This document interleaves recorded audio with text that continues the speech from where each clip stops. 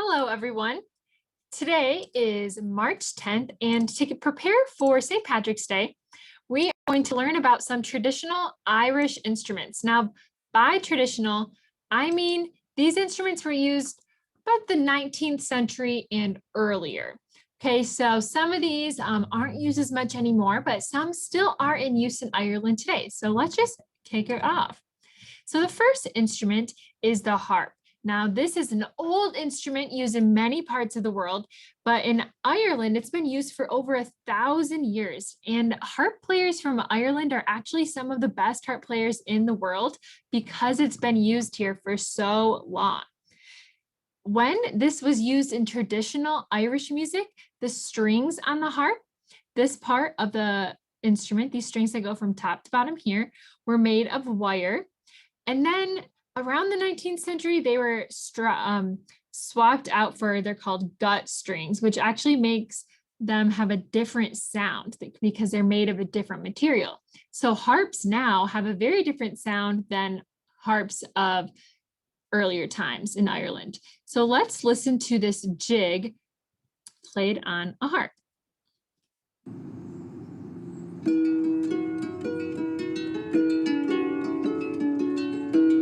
So the harpist is seated when playing, and their left hand goes on one side of the instrument and their right hand on the other.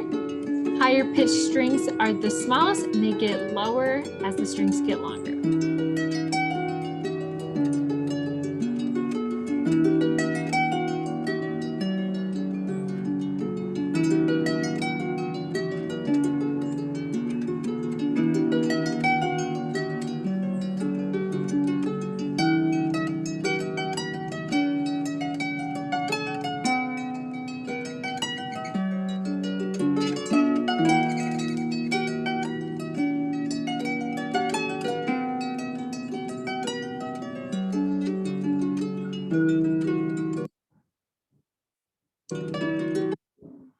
The next instrument we have are the bagpipes.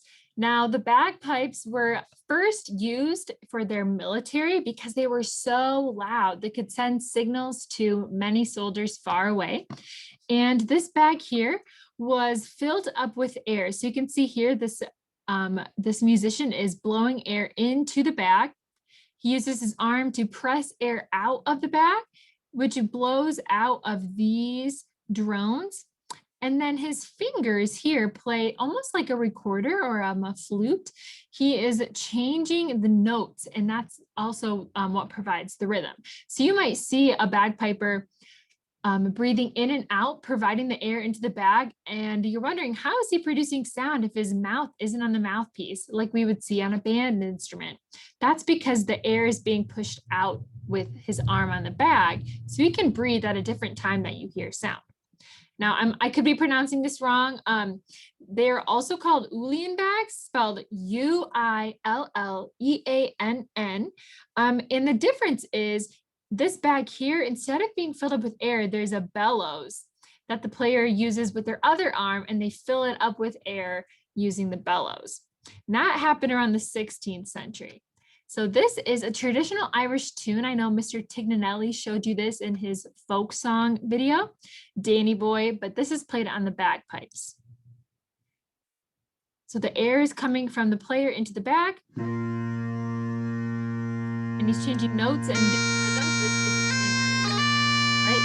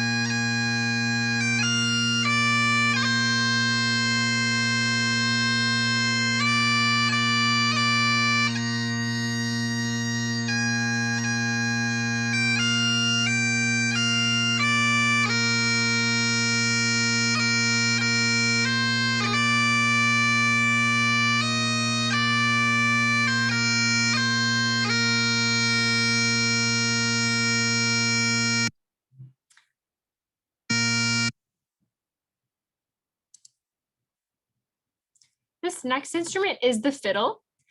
So what is the difference between a fiddle and a violin? Well, it's just the strings. So the hair on a violin bow is made out of horsehair. But when we are talking about a fiddle, usually in Irish music, they are using steel or nylon strings. So it gives it a different sound, and also they play it differently. So this is a different genre of music when they are fiddling, though some violin players will fiddle on their violin, just because you can play a different style of music on the violin and they'll call it fiddling, even if they're just using their regular violin.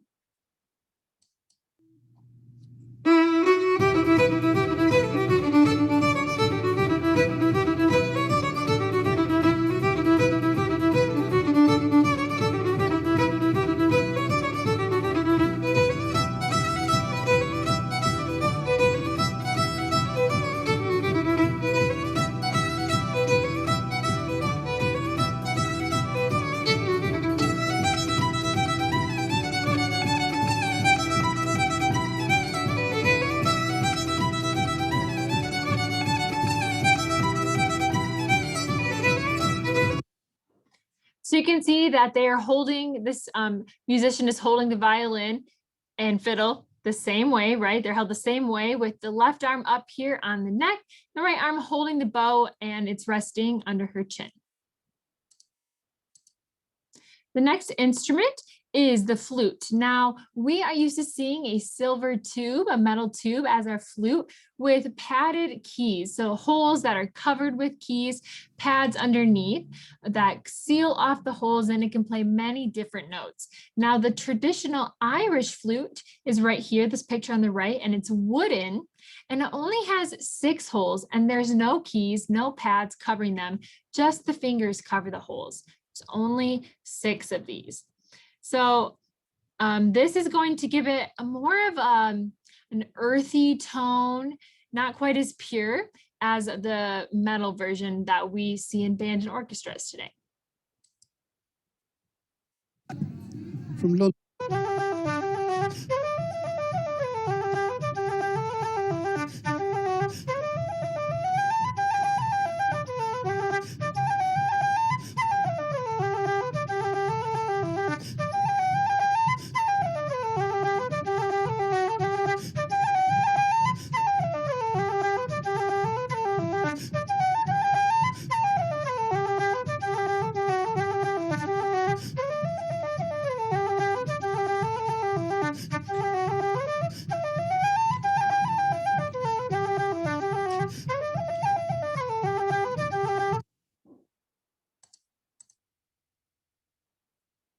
And then kind of similar to the flute, there is the penny whistle, also called the tin whistle.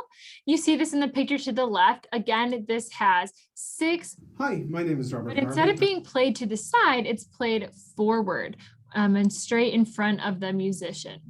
So we'll listen to the Irish tin whistle. You can see in this video, it's called the tin whistle, also referred to as the penny whistle.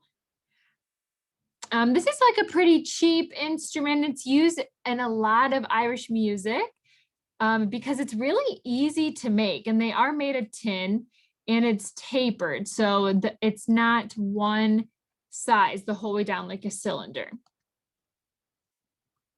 And this is the brand new Wild Whistle from Magneela Music.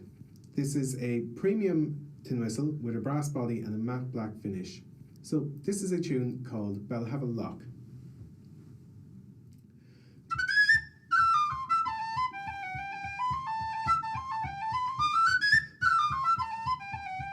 It's smaller, so it's a higher pitch than the wooden flute we listened to on the last slide.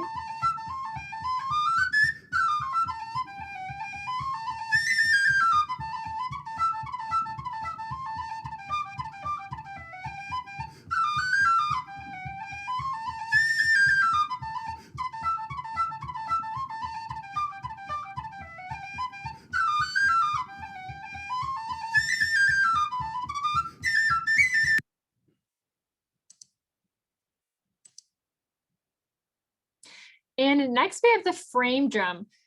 So this is goat skin and it's stretched over a wooden frame. Now to make the sound, the musician will strike the goat skin with just a wooden mallet, a wooden stick, and the sound can change based on how big the drum is, how tightly this goat skin is stretched over the wooden frame. So the player will just hold it steady with one hand and use the other hand using a wooden rod to bang the head of the drum. Now, this is also, it can be referred to as the bodhran drum. That's traditionally what it was called, but we can just call this the frame drum because of the wooden frame.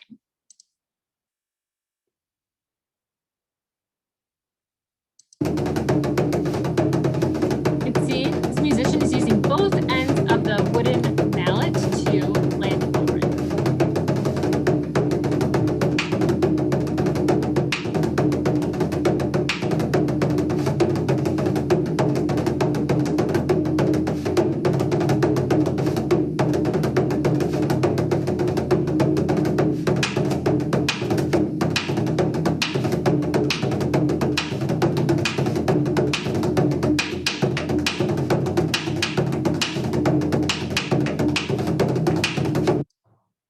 So aside from this frame drum and just stomping boots to add to the rhythm, sometimes to add to the music being played, to the rhythm of the music, people will use spoons and just hit them against a table or their boots, or just use their fingers to snap. But also sometimes they would use bones and tap the floor or their boots. So that would just add some extra beats to the music and the rhythm section. And the last instrument we will learn about today is called the concertina. Now, this kind of looks like an accordion, but this was actually the predecessor to the harmonica. So this was used in traditional Irish music, but it kind of faded out in the 1840s. So when you hear more folk music, more Irish folk music, you might hear the concertina. It does kind of sound like an accordion, and it's in the same family. Accordions are also used in Irish music, especially after the concertina.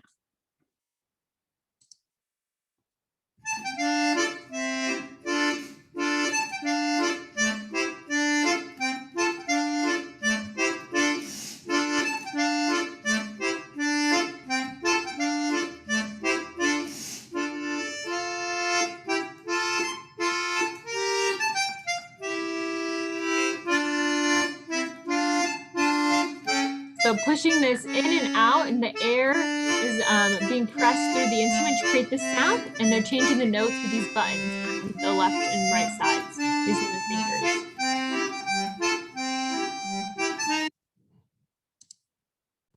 So just think about living in a time when all of your instruments are handmade. Thinking about the bodhran or the frame drum, the wooden flute, the tin or penny whistle. Then imagine not having TV or phones or video games or any electronics. They passed the time by playing their musical instruments, playing their favorite songs, and it was a great pastime with their friends as well. And Irish music is still about bringing their friends together. They have traditional tunes to play when their friends leave their house, when family gets together for certain celebrations and ceremonies, different religious reasons, or just social reasons as well. So music has really been used in Ireland just for social events and as a way to celebrate people and when they get together.